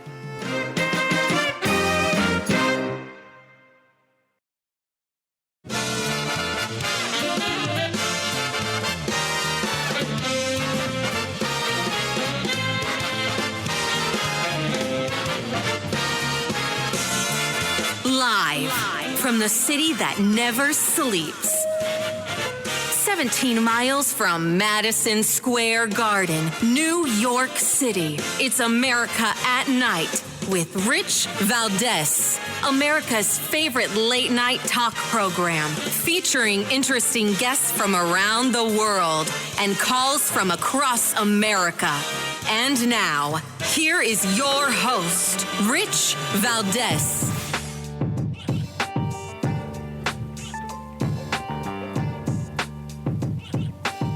Hi there, good evening, and what's up, America? I am Rich Valdez, Valdez with an S, at Rich Valdez on all of the social media. Welcome to hour number 3 of our program. We like to call it Open Phone America. Open phones across America, a time-honored tradition here on this show that dates back 46 years, right? Back to 1978 when Larry King started this Open Phones Across America in the final hours of the program. The phone number, if you want to join us, 833-482-5337, 833-4-VALDEZ.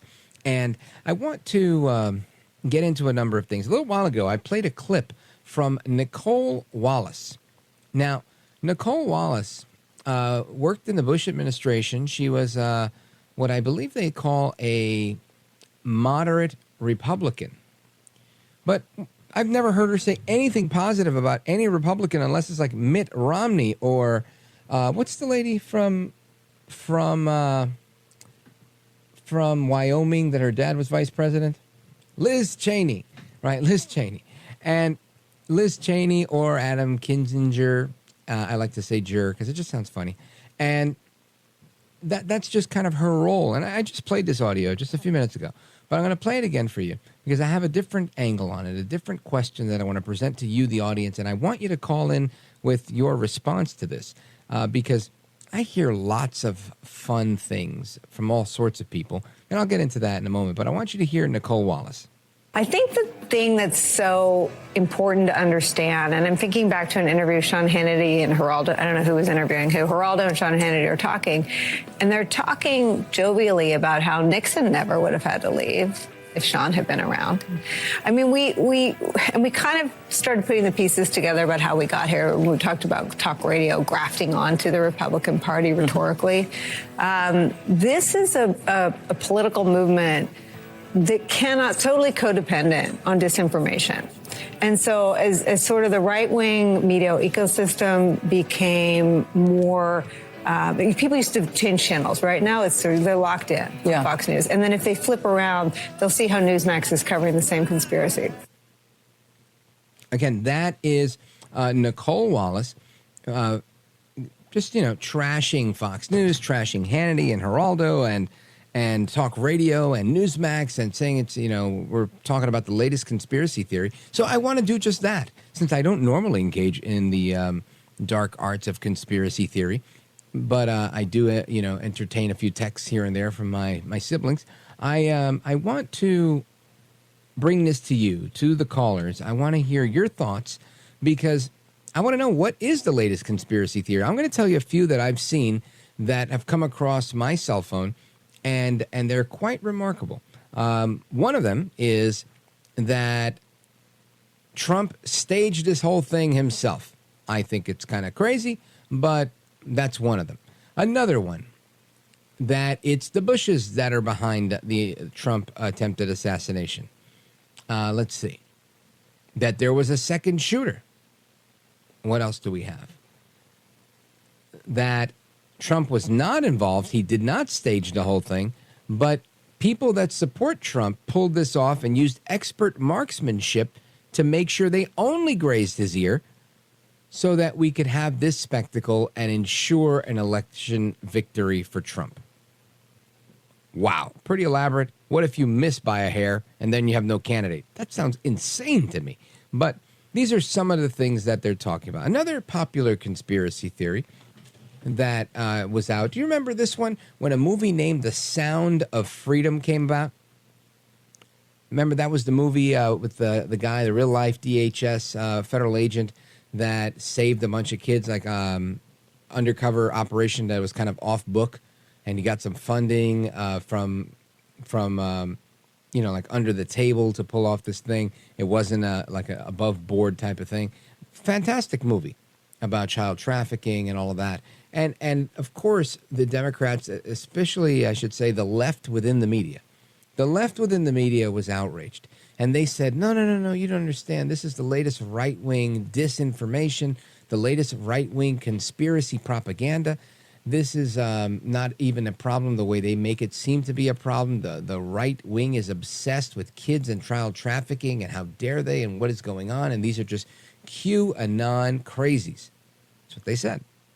And as you know, if you've listened to this program for any length of time, I don't subscribe to the Q drops, the QAnon stuff. I think most of it has never really materialized the way it should. And the rest of it was all kind of common knowledge. But all of that crazy aside for a second, listen to this headline. This is real. This is not conspiracy. This is reported in USA Today, in the Hill, and I think it's also in the New York Times and Fox.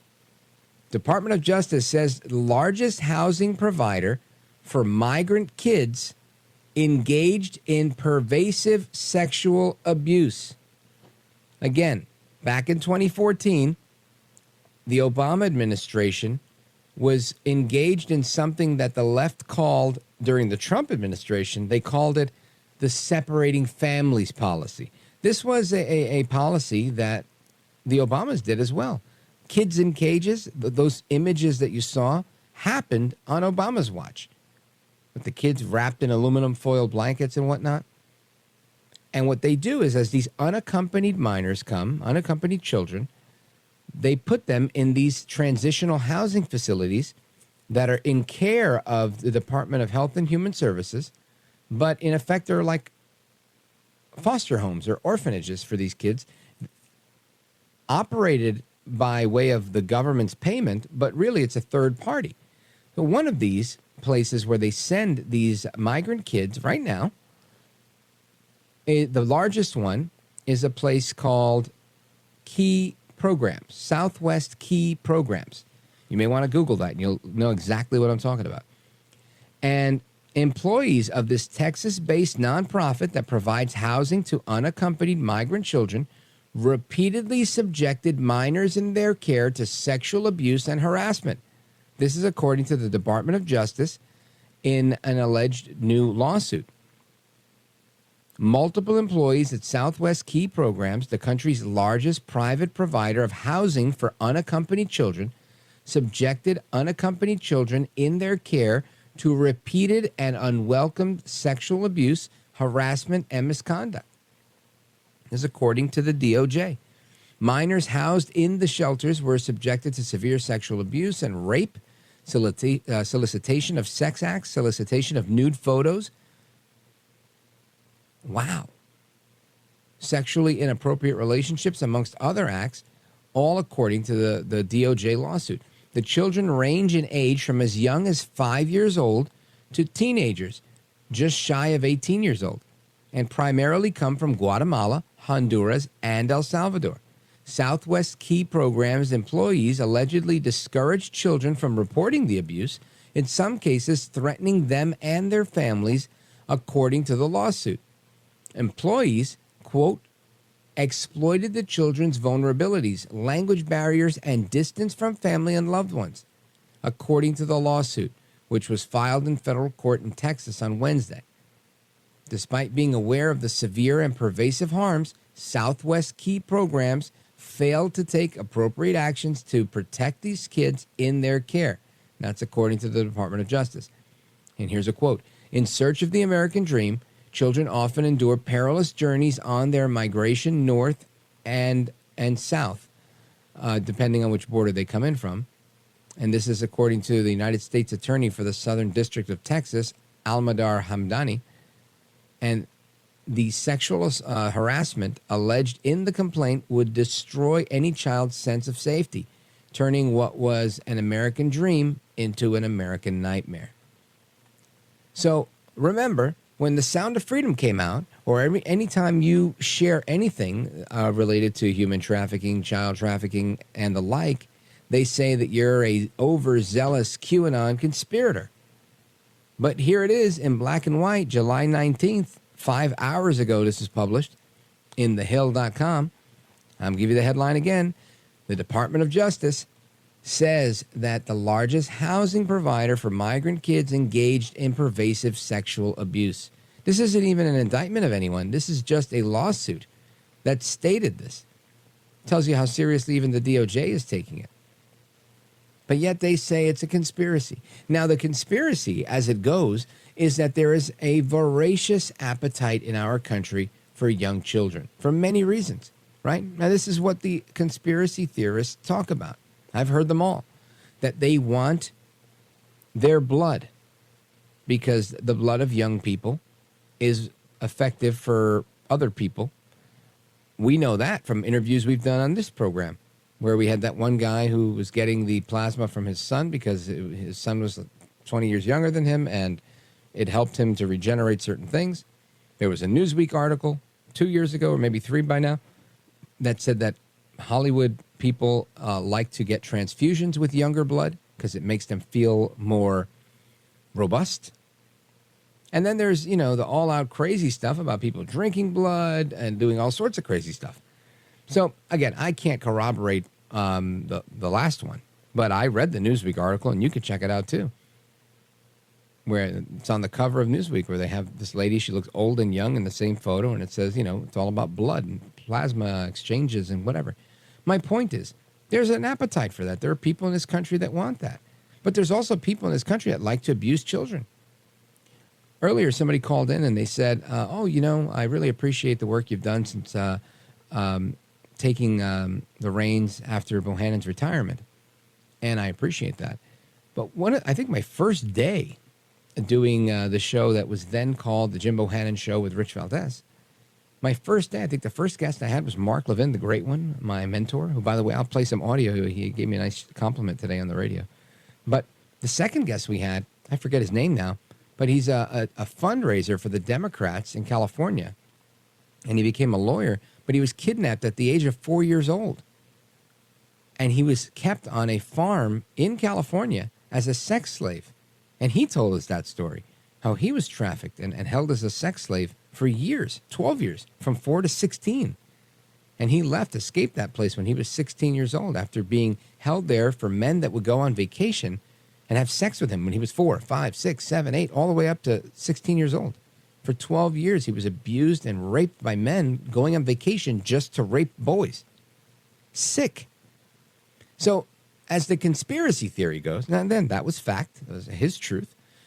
As the conspiracy theory goes, the government either turns a blind eye or is involved in the trafficking of these children from foreign countries through our open border that's unenforced, with our agents told by Mayorkas and Biden to basically stand down, to give them an app, to put them on a bus or a plane and get them to some part of the interior of this country. Some think it's for voting. Others think it's whatever. Some are bringing these children across with them. This is an absolute disaster. And here is the headline again. DOJ says largest housing provider, which is called Southwest Key Programs, for migrant kids engaged in pervasive sexual abuse. Chew on that for a second. Your thoughts on conspiracy theories, this, and everything else we've talked about when we return. This is America at Night with Rich Valdez. Call now, 833-4-VALDEZ. That's 833-482-5337. 833-4-VALDEZ. That's Valdez with an S.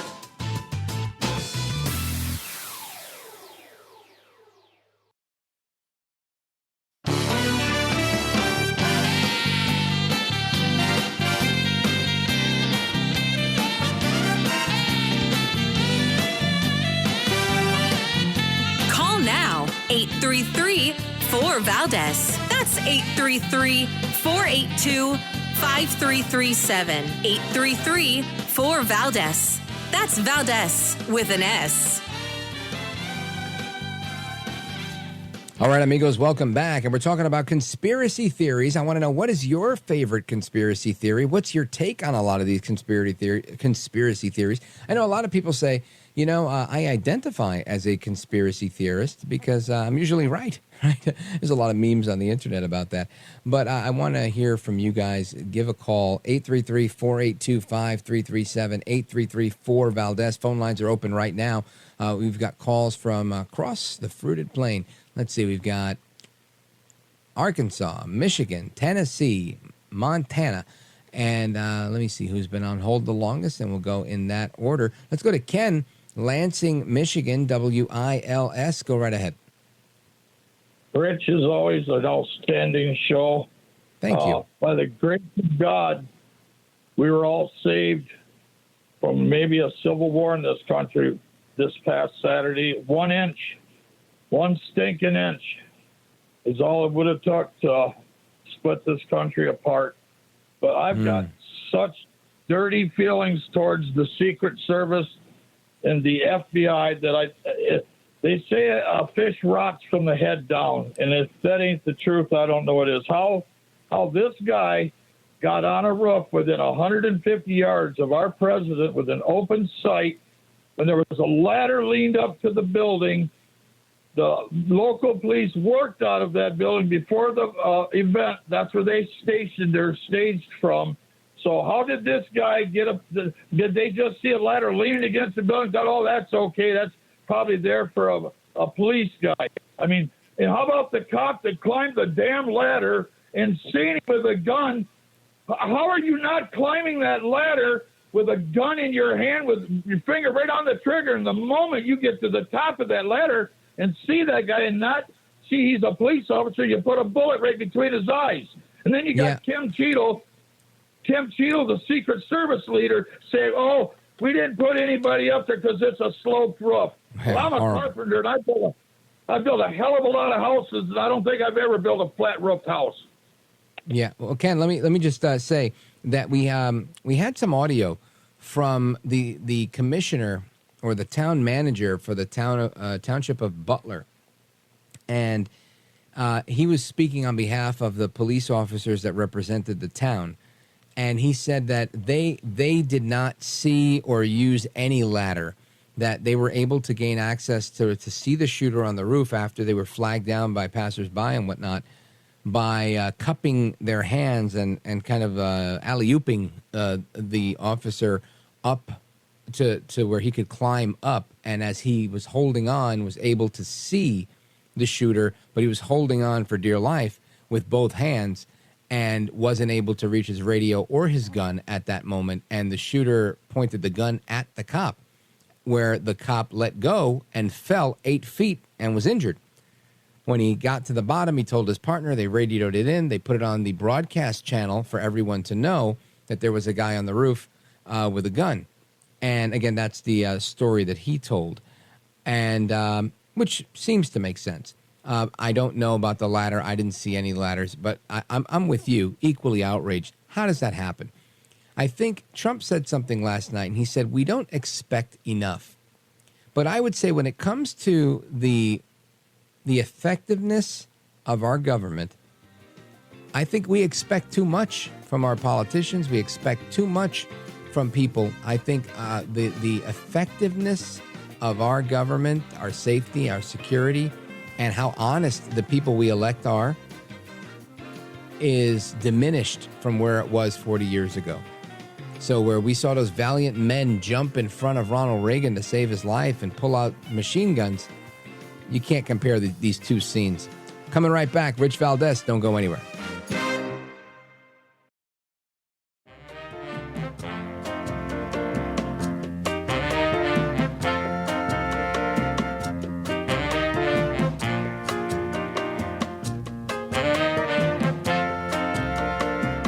He's brown, he's bald, and he's breaking it down.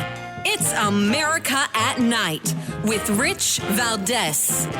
Call now, 833-4-VALDEZ. That's 833-482-5337. 833-4-VALDEZ. That's Valdez with an S.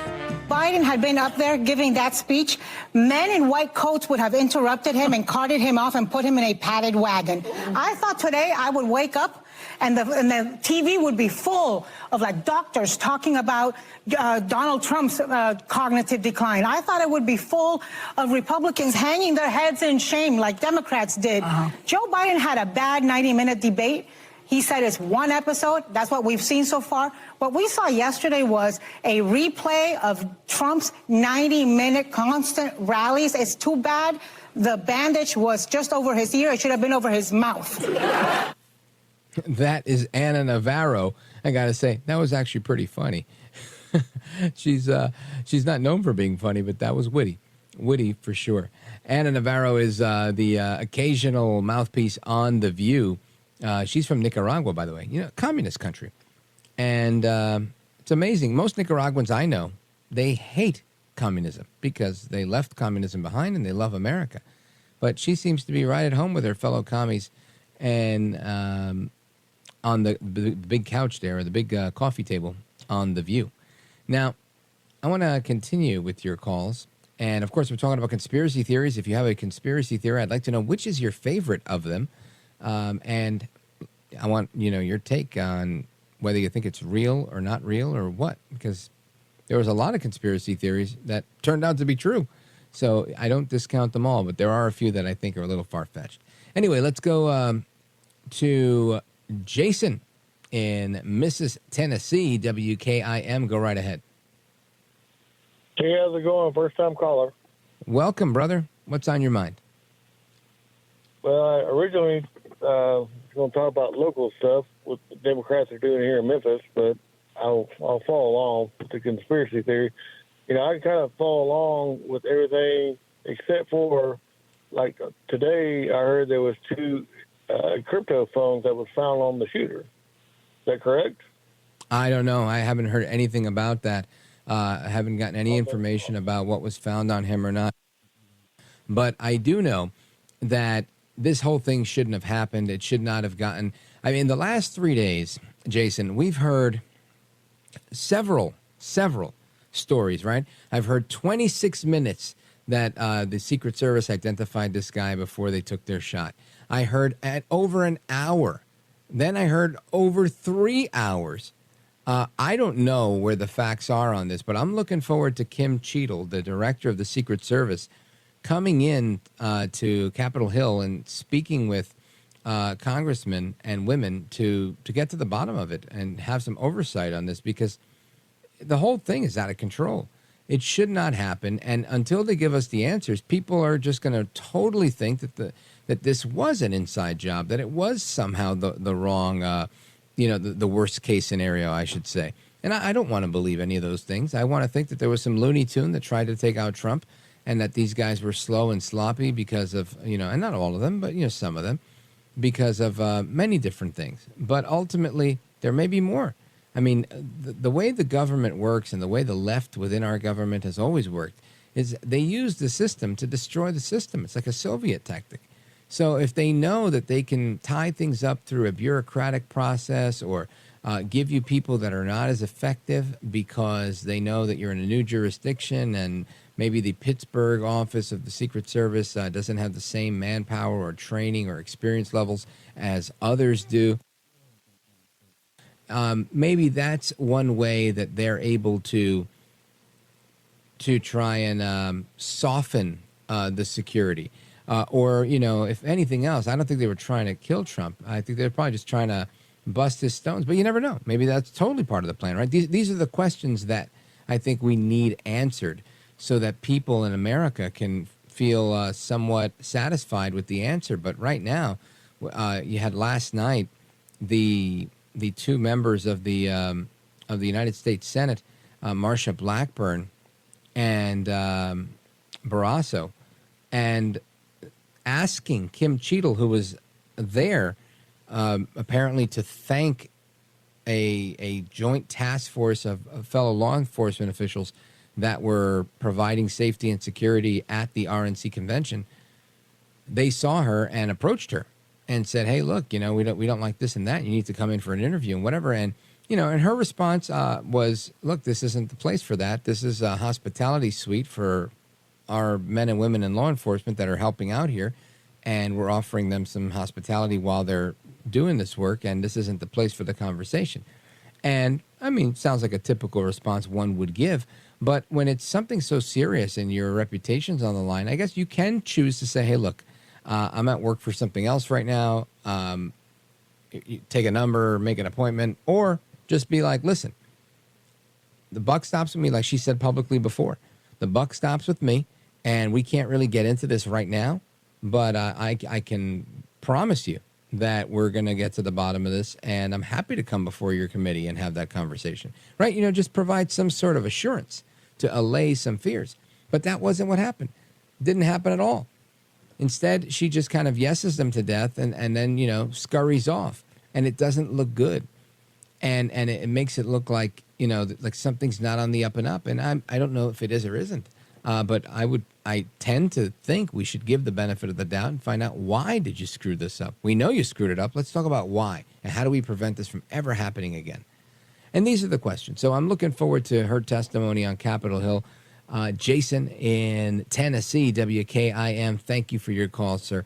Folks, we're going to continue with the rest of your calls and more straight ahead. 833-4-VALDEZ, 833-482-5337. This is America at Night with Rich Valdez. Call now, 833-4-VALDEZ. That's 833-482-5337. 833-4-VALDEZ. That's Valdez with an S.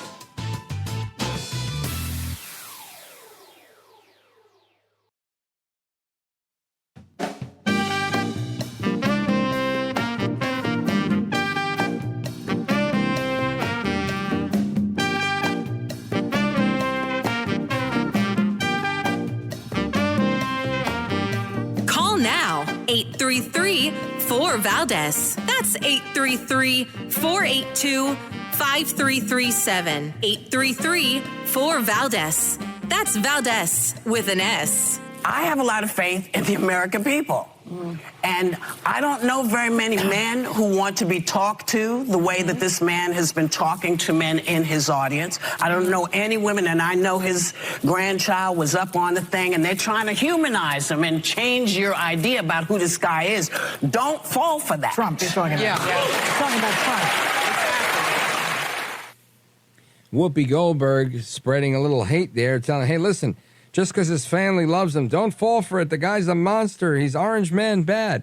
Listen, I got to tell you, I think you got to take everybody in context. Even Joe Biden, right? Listen, I make fun of Joe Biden. I say a lot of things about Joe Biden, but ultimately, something I believe to be very true about Joe Biden? I think Joe Biden really loved his son, Beau. He talks about him a lot. I think for political reasons, with political expediency as a benefit. But I think when it comes down to everything, the way he would get mad with when people talked about Hunter and saying it's the smartest guy he knows, I think, 40% of that is cover up and political theater. And 60% of it is he loves his children in whatever way that he does. I believe, I love my children. I think most people love their children. And I know some might argue with me and say, you know what, Rich, no. If he loved his kid, he wouldn't allow Hunter to live the life he lived. He wouldn't put him in those positions. He wouldn't do the things he did with the other one and this and that. Listen, I'm not here to say anything other than I truly believe he loves his children. That's all I'm saying. And do I think that makes him worthy of my vote for president? Absolutely not. Should we look at every side of every candidate? Yeah, we should. So great. If Biden loves his kids, good for him. You should love your kids. If Trump loves his kids and his kids love him, great. They should. They should love each other. Nothing wrong with that. Anyway, let's go to your calls. I'm talking about conspiracy theories, Trump, and everything else. Let's go to Pat, Sedona, Arizona, streaming, richvaldez.com. Go right ahead. Hey, Rich. Man, I tell you what, I hope he loves his son because you know what? He sure don't love us American people. He's been so hard on us. He's hard on us, and he's loving to him. But I'm going to tell you, this whole thing about this shooting, is the truth ever going to come out? Are they going to drag it out? The FBI has been doing this where they've been saying no laptop, it doesn't exist, and it did. Oh, the Russian collusion with Donald Trump didn't exist. Oh, the papers that he had, all the top secret papers, did not exist. And all these other, these 34 felonies, they're all wrong. And some names I've been listening to little tidbits. Now, the internet people, you got to take everything you hear from the internet in grains of salt. Sure. And they really talk stuff. And there's people who love to hear themselves talk. I'm not one of them. I am one of those. I love to hear me talk. Go ahead. Okay. Well, yeah, you talk really good, Rich. You thanks, brother. you handsome Latino, you. But it's just the people's names, and there are three names that I've been not hearing, but have been real Trump dislikers. I hate to use hate because we've got to cut the rhetoric down of saying the word hate because it's a very powerful name. And Trump critics. And who are these people? Who are these three? Bill and Hillary Clinton and a guy named George Soros and his son named Rocky. These people. Now, I know George Soros is a pretty powerful billionaire. He ruined the British pound many years ago. It's how he made his first billion. This man is ruthless when it comes to business. You never know.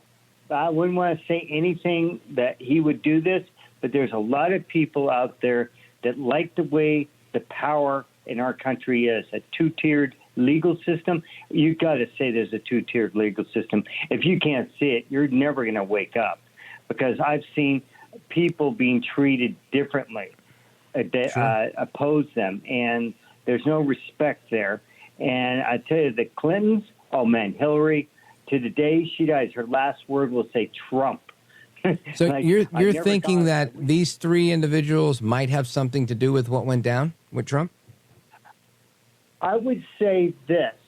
It is a pretty much stretch between the conspiracy of the name and the actual act. Now, it could be, honestly, a kid that wanted to make a name for himself, a kid that had been bullied and abused, and his parents just wanted to make him happy, so they gave him everything he wanted. The only thing he ever needed is like Bo with Joe Biden is love. Right. You got to give your kids love. You know that. That's the most important thing a parent can give their children is love. And these people never got it. And look what he almost did. Look, and he had to die, and he died a horrible way, but he had to die. And also, I agree. I think that agent that delayed the order not to shoot and did shoot and saved a lot of people's lives, other than the former president, should be rehired. And some people think he should be the leader of the Secret Service. No, the Secret Service should be an organization above politics. It should be. I mean, the FBI, look what's happened to them. They're not above politics anymore. Look at the DOJ. They're not above politics. And the Supreme Court, oh, man, they're banging on the door of the Supreme Court, and they're trying to get them absorbed into all this madness. And we need some sanity, people, and everybody. Yeah, Pat, I agree with you.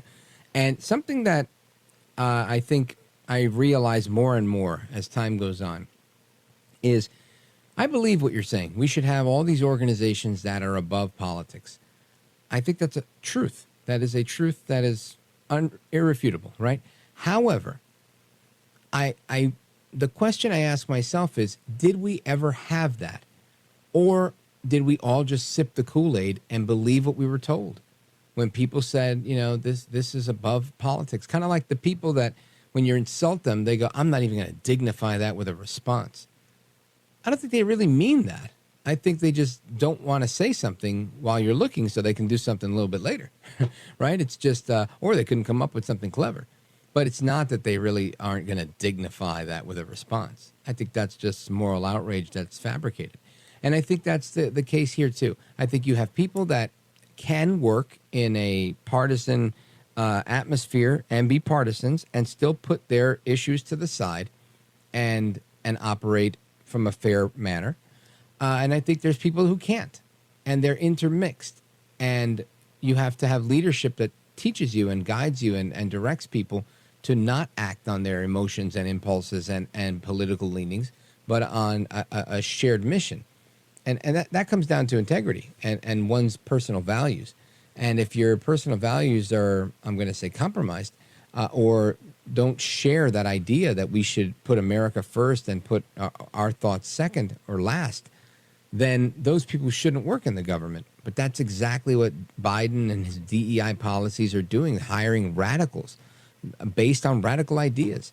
And that, in my opinion, is problematic. And we could see exactly why. Pat in Sedona, Arizona, thank you for the call, my friend. Big shout out to you and everybody that's listening on richvaldez.com. Coming right back. Don't go anywhere. This is America at Night with Rich Valdez.